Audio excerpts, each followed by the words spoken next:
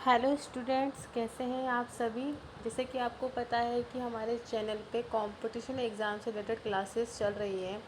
Science की classes पूरी हो चुकी हैं। ज्योग्राफी की क्लासेस ऑलमोस्ट उसमें 2-3 टॉपिक्स कंप्लीट हो चुके हैं। सीईटी में कुछ नए टॉपिक जुड़े हैं, जिनमें से हमने एक परीक्षा से संबंधित जो भी प्रावधान होते हैं वो वाला टॉपिक करवा दिया है। अभी सेकंड टॉपिक है फर्स्ट एंड वाला, जिसमें जो प्राथमिक सुरक्षा होती है उसके बारे में बताया जाता है। वो मैं आपको सेकंड वाला टॉपिक करवा रही हूँ। यूट्यूब पे ये जो मेरी क्लास है ये पहली बार होगी जो सीईटी की क्लासेस चल रही है उन नई टॉपिक से रिलेटेड। तो आप इस तरह ही मेरे चैनल को लाइक, शेयर एंड सब्सक्राइब ज़रूर कीजिए नई नई टॉपिक से रिलेटेड क्लासेस लेने के लिए। तो हम शुरू करते हैं आज की क्लासेस।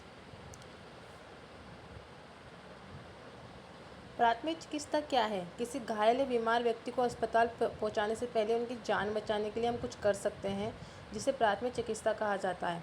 आपातकाल में हर व्यक्ति जान बचाने के लिए हमारे पास किसी भी प्रकार की वस्तु के उपयोग कर सकते हैं, ताकि जल्द से जल्द जो घायल व्यक्ति है उसको आराम मिल सके अस्पताल ले जाने से पहले। तो हम जानेंगे कि क्या क्या होता है जो हम प्राथमिक चिकित्सा के रूप में उसे दे सकते हैं।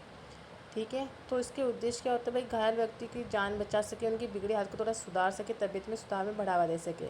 प्राथमिक चिकित्सा के क्या सिद्धांत है? सांस की जांच करें, एबीसी के नियम का पालन करें, अगर चोट लगी है तो रक्त बहा रहा हो तो जल्द से जल्द रक्तस्राव को रोके, घायल व्यक्ति को सदमा लगे तो उसे समझाए, सांत्वना दे, व्यक्ति बेहोश हो तो होश में लाने की कोशिश करे, कोई हड्डी टूट गई हो तो उसे सीधा करे, दर्द को कम करे, जितना जल्दी हो सके नज़दीकी अस्पताल पहुँचाएँ।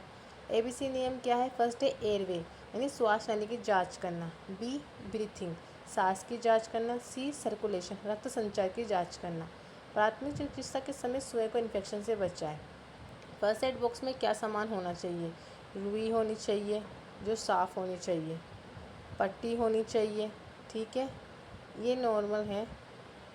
डेटोल या सेवलॉन होना चाहिए ताकि हम उसके घाव को साफ़ कर सकें। मलहम होना चाहिए, थर्मामीटर होना चाहिए, दर्द निवारक दवाएं होनी चाहिए, उन पे एक्सपायरी डेट का ध्यान रखना चाहिए। टेप बैंडेज होनी चाहिए, दस्ताने होने चाहिए, कैंची होना चाहिए, एलर्जिकल दवाएं होनी चाहिए कि भाई किसी व्यक्ति को कोई एलर्जी हो तो पहले वो दवाई दी जाए। आई ड्रॉप होनी चाहिए। प्राथमिक उपचार चार्ट होना चाहिए कि भाई किस प्रकार से व्यक्ति को फर्स्ट एड बॉक्स से ट्रीटमेंट देना है। इम्पोर्टेंट फ़ोन नंबर होने चाहिए, जैसे किसी डॉक्टर के नंबर होने चाहिए ताकि हम उससे पूछ सकें अगर वो अवेलेबल नहीं है तो, या फिर एम्बुलेंस के नंबर। घाव या चोट का इलाज, सबसे पहले ब्लीडिंग को रोकना चाहिए। चोट की जगह कपड़े रुई की मदद से ज़ोर से दबा के ब्लीडिंग को बंद करें। घाव को साफ़ करें। चोट या घाव को साबुन या गुनगुने पानी से धोएं। चोट पे एंटीबायोटिक मरहम लगाएं, बैंडेज बांध दें और फिर अस्पताल लेके जाएं। हड्डी टूटने में क्या उपचार है? पहले चोट की जगह छूने और हिलाने पे अगर दर्द हो, चोट की जगह सूजन, सून या नीला पड़ जाए, पैर काम ना दे, कोई स्थान जहाँ पे टूटा है वो काम ना दे, हड्डी चमड़े के नीचे उभरी हुई हो। हड्डी टूटने पे क्या प्राथमिक चिकित्सा दी जानी चाहिए?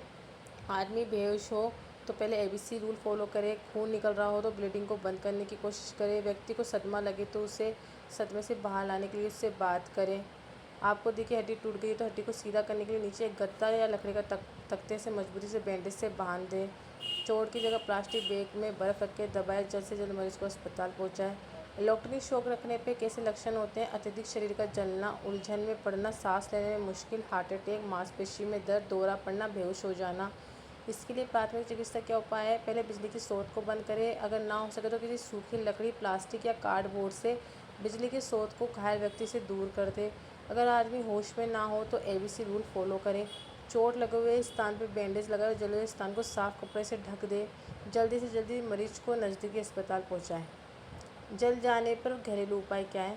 फर्स्ट डिग्री बर्न, चमड़े का ऊपरी भाग लाल हो जाता है, दर्द भी बहुत तेज होता है, सूजन आ जाती है, त्वचा को छूने से सफ़ेद हो जाता है, जला हुआ त्वचा 1-2 दिन में निकल जाता है, घाव 3 से 6 दिन में बढ़ते हैं। जली हुई जगह को 5 मिनट तक पानी में डुबोकर ठंडा कीजिए, सूजन और जलन कम हो जाएगी। एलोवेरा क्रीम या एंटीबायोटिक आइटोमेट लगाएं, हल्के से बैंडेज बांधें, दम करने के लिए दवाइयाँ खाएं, डॉक्टर से संपर्क करें।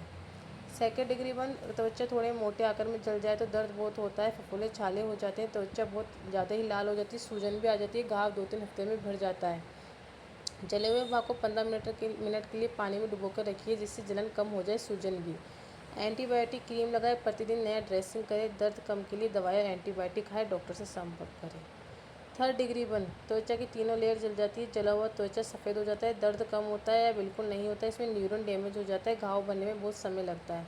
3rd डिग्री बर्न में जल्दी जल्दी हो सके हॉस्पिटल लेके जाएं, शरीर या कपड़ों को ना छुए, घाव में चिपक सकते हैं, घाव में पानी ना लगा, किसी प्रकार का ऑइंटमेंट ना लगाएं। सांप काटने पे बहुत सारे सांप जहरीले नहीं होते, उनके काटने पे घाव को साफ करके दवाई लगाने से ठीक हो जाते हैं, लेकिन जहरीले सांप के काटने पे ज़्यादा फर्स्ट एड की आवश्यकता होती है। सांप काटने में लक्षण: सांप काटने का निशान, दर्द या सून हो जाना, दर्द की जगह लाल पड़ जाना, काटे हुए स्थान पर गर्म लगना, सूजन आना, सांप काटे हुए निशान के आसपास ग्रंथियों में सूजन, आंखों में धुंधलापन, सांस और बात करने में मुश्किल होना, लार बहना, बेहोश या कोमे में चले जाना।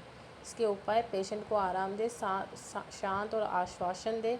सांप के काटे हुए स्थान को साबुन से ज़्यादा पानी से अच्छे से धोएं। सांप के काटे हुए स्थान को हमेशा दिल से नीचे रखें। काटे हुए स्थान और उसके आसपास बर्फ़ पैक लगाएं ताकि इससे जगह जहर फैलना कम हो। पेशेंट को सोने ना दें, हर पल नज़र रखें। होश ना आने पे ABC रूल अपनाएं, जितना जल्दी हो सके मरीज को अस्पताल पहुंचाएं। कुत्ते के काटने में प्राथमिक चिकित्सा: कुत्ते के मुंह के अंदर 60 से भी ज़्यादा अलग अलग प्रकार के बैक्टीरिया और वायरस होते हैं, जिनमें से कुछ बहुत ही खतरनाक होते हैं, जैसे रेबीज। किसी भी आदमी, बिल्ली, बंदर, घोड़े के काटने पर इन्फेक्शन होने का खतरा होता है। प्राथमिक चिकित्सा के स्टेप: घाव को तुरंत अच्छे साबुन और पानी से धोएं, 5 से 10 मिनट तक धोएं, धोते समय ज़्यादा ना रगड़ें, थोड़ा सा खून बहने दें, इससे इन्फेक्शन साफ हो जाता है। अस्पताल ले जाके एंटीवायरस वैक्सीन लगवाएं। डूबने पे क्या करना है?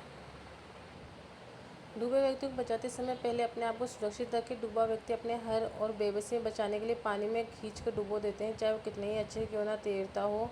संभव हो सके रस्सी या मोटी डंडी या टायर जैसी चीज़ से व्यक्ति की मदद करें। डूबने वाले में 3 खतरे हैं: फेफड़ों में पानी जाने के कारण सांस ना ले पाना, और फिर सांस न लेने के कारण मौत होना, उल्टी होकर श्वास नली में फंसना जिससे भी मौत हो सकती है, शरीर का तापमान कम हो जाना। इसके उपचार: रोगी को उल्टा करके उसके भीतर का पानी निकाल दे, पीठ पर स्क्रू के बीच से जोर से मुक्का मारे, मुंह में उंगली डाल के उल्टी कराए, गैस बनने पे खुली हवा के लिए खिड़की दरवाजे खोल दे, ऑक्सीजन देने की कोशिश करे, CPR दे। CPR क्या होता है? दिल का दौरा पड़ने पर 1 घंटे को गोल्डन आवर माना जाता है। इसी गोल्डन आवर में हम मरीज़ की जान बचा सकते हैं।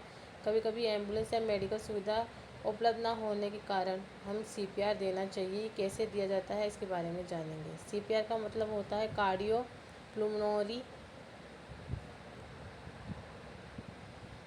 कार्डियोपुल्मोनरी रिससिएशन।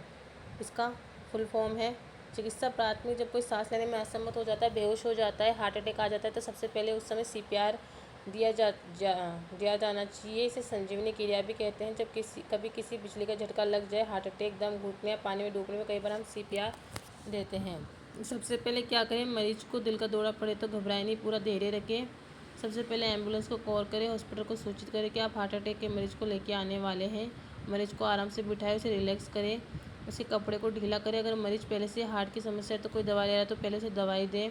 अगर उसे होश ना आए तो ज़मीन पर लेटा दें। दिल की धड़कनें बंद हो गई तो सांस नहीं चल रही हो तो CPR की प्रक्रिया अपनाएं।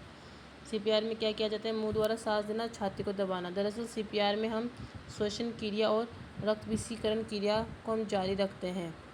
यदि मरीज को सांस नहीं मिले तो 3-4 मिनट में मस्तिष्क के पेशी मृत होना शुरू हो जाते हैं। अगर 10 मिनट तक हम मरीज को कृत्रिम सांस ना दे पाए तो मरीज के बचने के चांस बहुत कम होते हैं। CPR कैसे दी जाती है? CPR सबसे पहले मरीज को किसी ठोस जगह पर लेटा दें और आप उसके पास घुटनों के बल बैठ जाएं।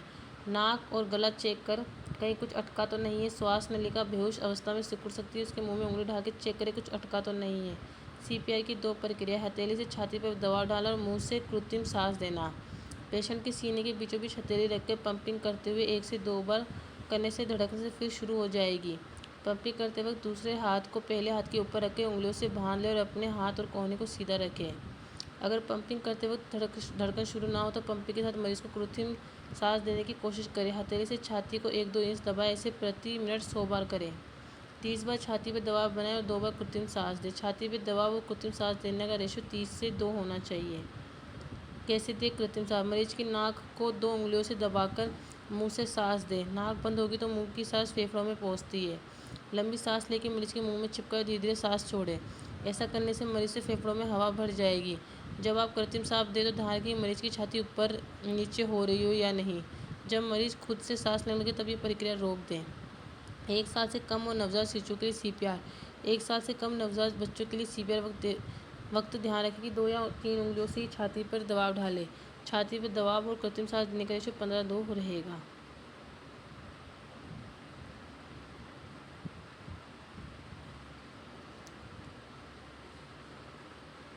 ये CPR के बारे में कुछ इन्फॉर्मेशन है।